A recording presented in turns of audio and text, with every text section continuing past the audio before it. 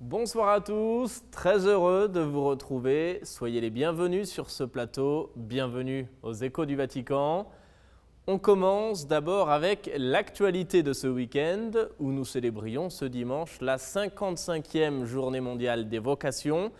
C'est en cette journée que le Saint-Père a donc ordonné 16 nouveaux prêtres lors d'une messe présidée dans la basilique Saint-Pierre. À cette occasion, dans son homélie, le pape est revenu sur l'essence du ministère sacerdotal. On regarde un résumé. C'est dans la basilique Saint-Pierre, alors que nous célébrions ce dimanche la 55e journée mondiale de prière pour les vocations, que le Saint-Père a ordonné 16 nouveaux prêtres âgés de 26 à 41 ans et provenant d'Italie, Croatie, Madagascar, Salvador, Colombie, Vietnam et Birmanie. À cette occasion, le pape a voulu rappeler l'essence du ministère sacerdotal, c'est-à-dire continuer la mission personnelle du Christ, maître, prêtre et pasteur, être à son service et à celui du peuple de Dieu. Lisez et méditez la parole du Seigneur, pour croire ce que vous avez lu, pour enseigner ce que vous avez appris dans la foi et pour vivre ce que vous avez enseigné. Voilà ce que le souverain pontife a exhorté aux nouveaux prêtres lors de son homélie. Ne vous lassez pas d'être miséricordieux. Pensez à vos péchés, à vos misères que Jésus pardonne. Soyez miséricordieux, a insisté le pape.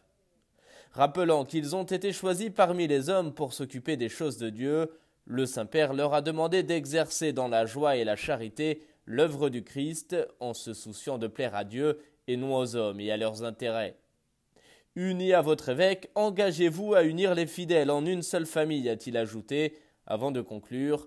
Gardez devant les yeux l'exemple du bon pasteur qui n'est pas venu pour être servi, mais pour servir.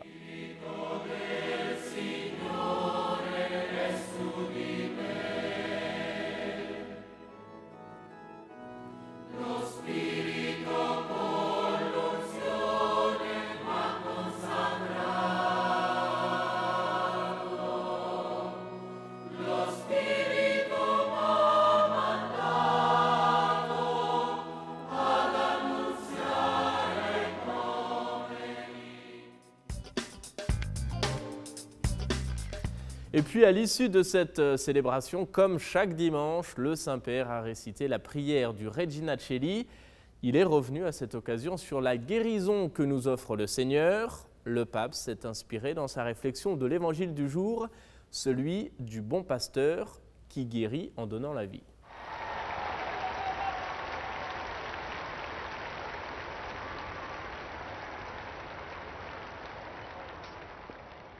Cari fratelli e sorelle, buongiorno.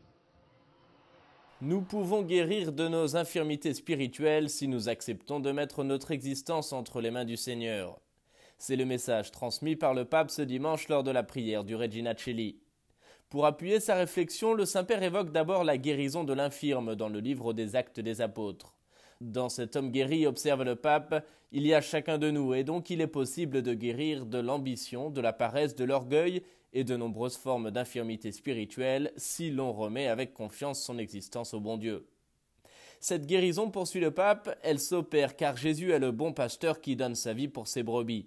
Et c'est précisément ce don de sa vie qui le rend bon pasteur par excellence, celui qui nous permet de vivre une vie belle et féconde. Cette guérison, pour une vie belle et féconde, dit encore le pape, ne peut se faire qu'à travers une connaissance, non pas intellectuelle, mais à travers une relation personnelle, de prédilection, de tendresse réciproque, reflet de la même relation intime d'amour entre lui et le Père. Jésus connaît ses brebis, et ses brebis le connaissent, insiste le Saint-Père. Il est attentif à chacun de nous, il connaît notre cœur en profondeur, nos qualités, nos défauts et nos espérances. Mais il nous accepte tels que nous sommes, avec nos péchés, et il nous guide avec amour. Le souverain pontife appelle donc à rencontrer le Christ et à connaître Jésus. Une rencontre qui suscite un désir de le suivre en abandonnant les comportements autoréférentiels pour se mettre en chemin sur des routes nouvelles indiquées par le Christ lui-même et ouvertes sur de vastes horizons. Et le Saint-Père conclut en invitant à être attentif à maintenir ardent ce désir de rencontre avec Jésus au sein de nos communautés, afin d'éviter que ne prévalent des façons de penser et de vivre qui ne soient pas cohérentes avec l'Évangile.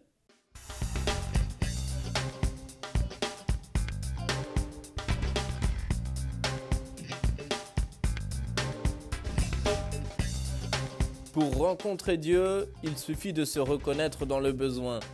Le chemin pour le rencontrer est de se faire petit à l'intérieur.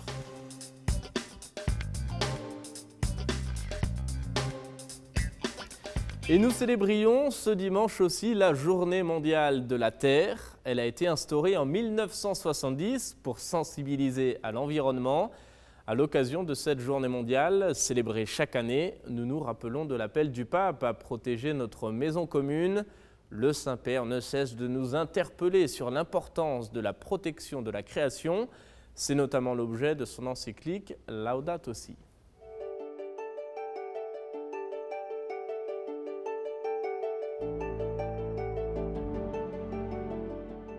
Siamo cresciuti pensando di essere proprietari e i padroni della natura, autorizzati a saccheggiarla senza alcuna considerazione delle sue potenzialità segrete e leggi evolutive.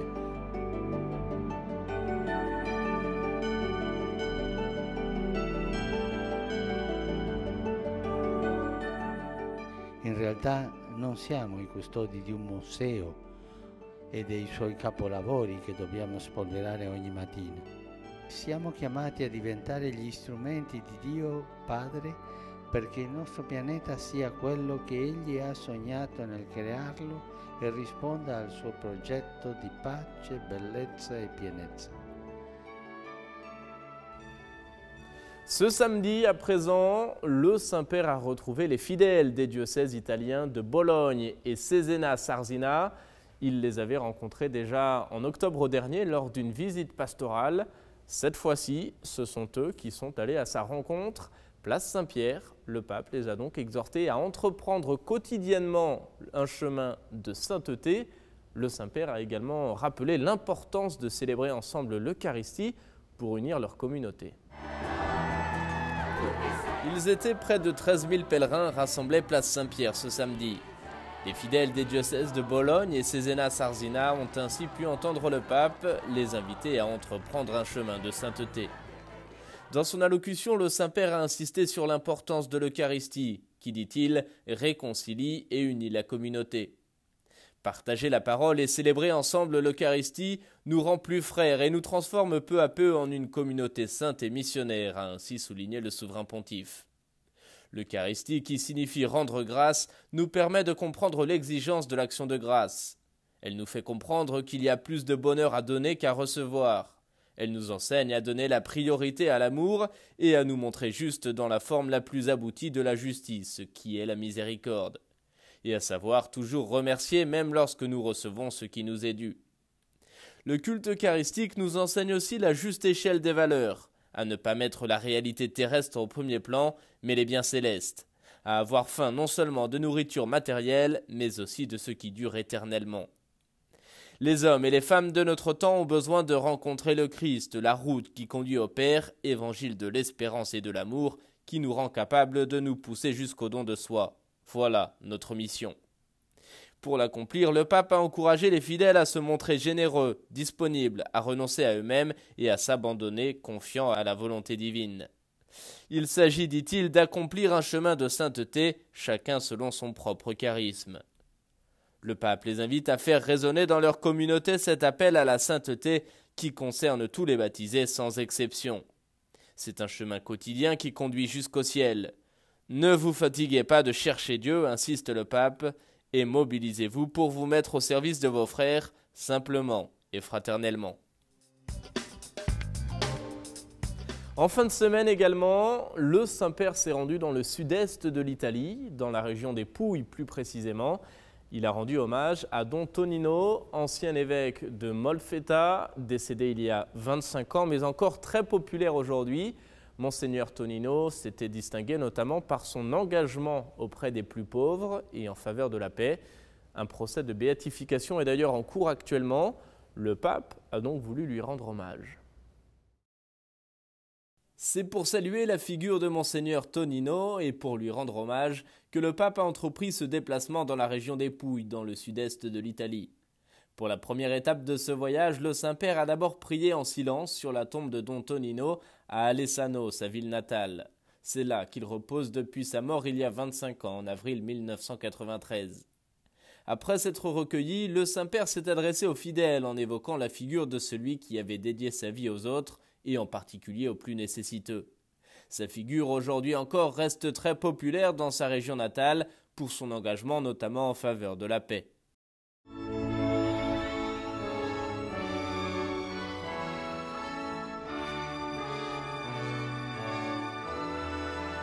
Le pape s'est ensuite rendu à Molfetta, là où Monseigneur Tonino exerçait son ministère.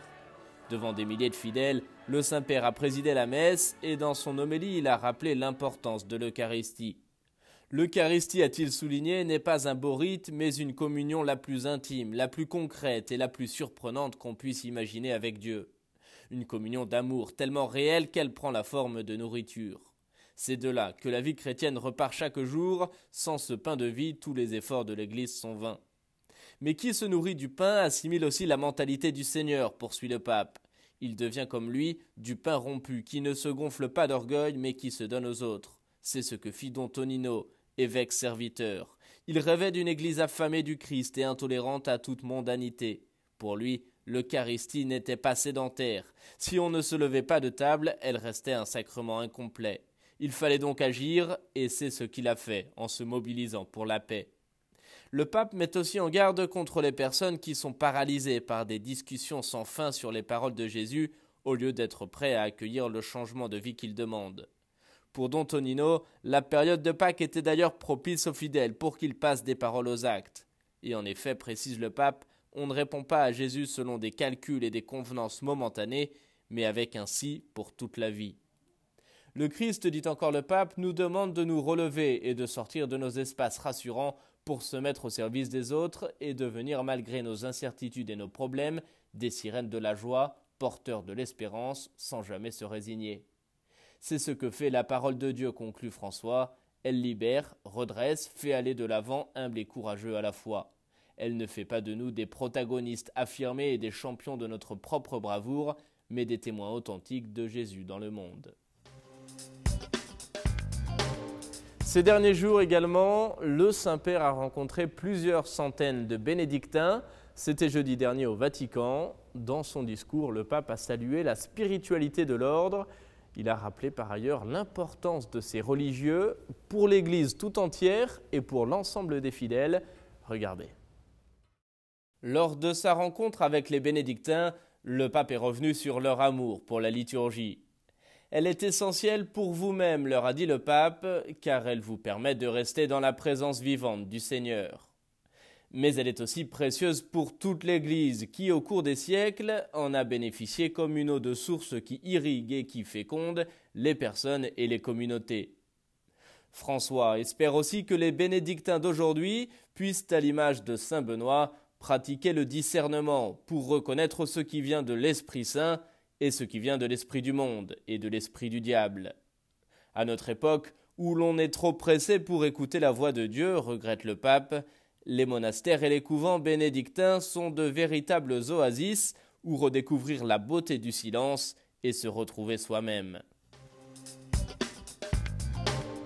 L'audience générale à présent, comme chaque mercredi, le Saint-Père a poursuivi son cycle de catéchèse. En parlant du baptême, le pape s'est arrêté cette fois-ci sur le sens de ce sacrement. Un sacrement, dit-il, qui fait sortir les chrétiens de l'anonymat. On écoute un résumé de sa catéchèse.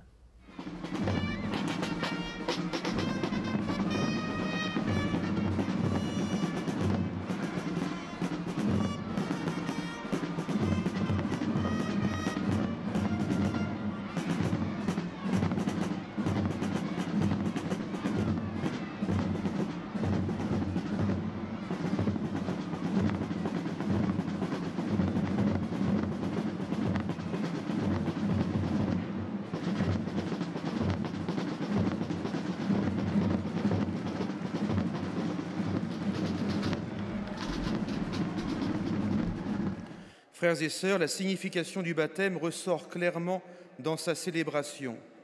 D'abord, le nom du candidat est demandé. Dieu, en effet, nous appelle chacun par notre nom. Il nous aime dans le concret de notre vie. Le baptême initie une vocation personnelle à vivre en chrétien et implique une réponse personnelle.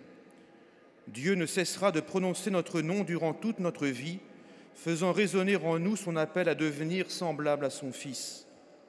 Les catéchumènes adultes expriment eux-mêmes leur désir d'entrer dans l'Église, alors que les enfants sont représentés par leurs parents, parrains et marraines. Le rite se poursuit pour les enfants par le signe de la croix, le signe de l'amour de Jésus qui est marqué sur leur front.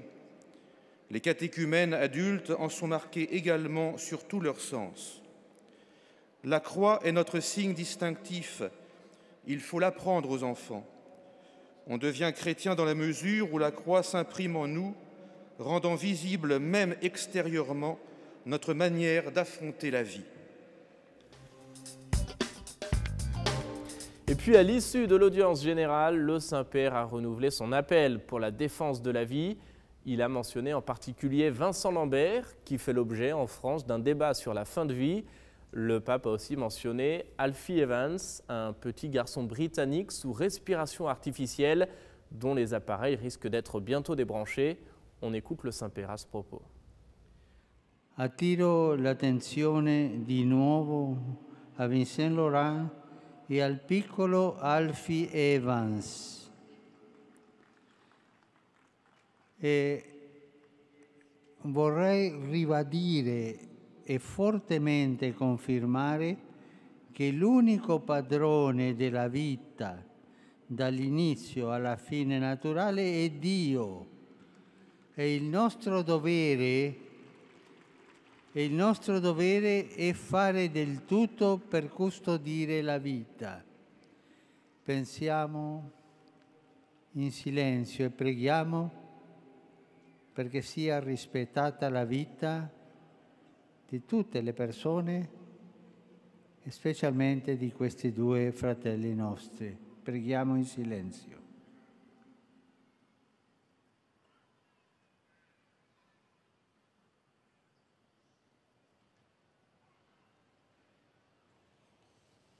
Grazie.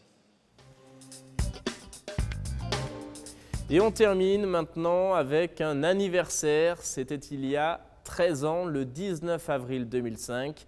Joseph Ratzinger devenait Benoît XVI, 265e souverain pontife de l'Église catholique. Je vous propose de revivre ça en images.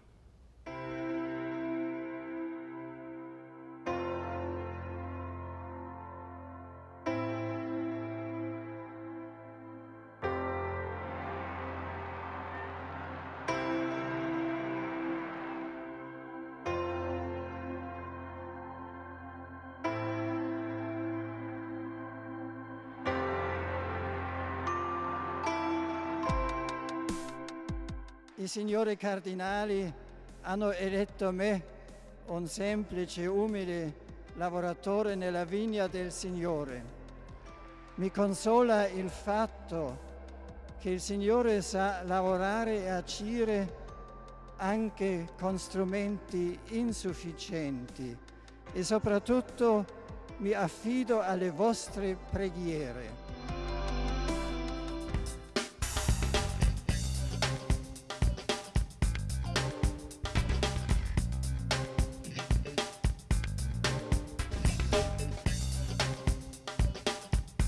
Ma pensée va de nouveau au petit Alfie Evans et à Vincent Lambert.